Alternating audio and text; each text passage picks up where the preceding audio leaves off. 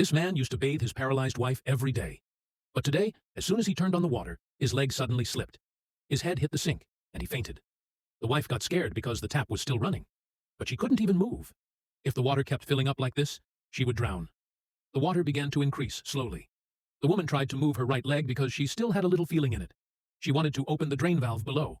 But even after trying again and again, the valve did not open, but the chain on top broke.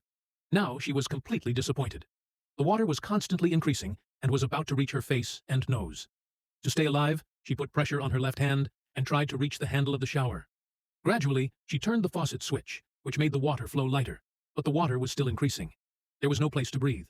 In the end, she left her body loose and let her feet float naturally. Then, by a sudden shock, she opened the drain valve below. Gradually, the water began to come out, and her head came out of the water. She breathed a sigh of relief. But then, she felt that her body was starting to move again. The dizziness that had been in her body for 30 years was like a shock. She slowly grabbed the edge of the tub with her hands and tried to get up. But as soon as she stood up, her heart was suddenly covered. Her husband, who had fallen unconscious, was no longer there. Blood marks were made on the floor, but her husband was missing. Why didn't she try to save him from drowning? Did he deliberately want to kill him? Thinking this, she tried to come out of the tub. But the body was still weak, and she fell again.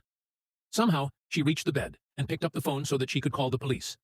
But as soon as she picked up the phone, she saw a black shadow passing by the door.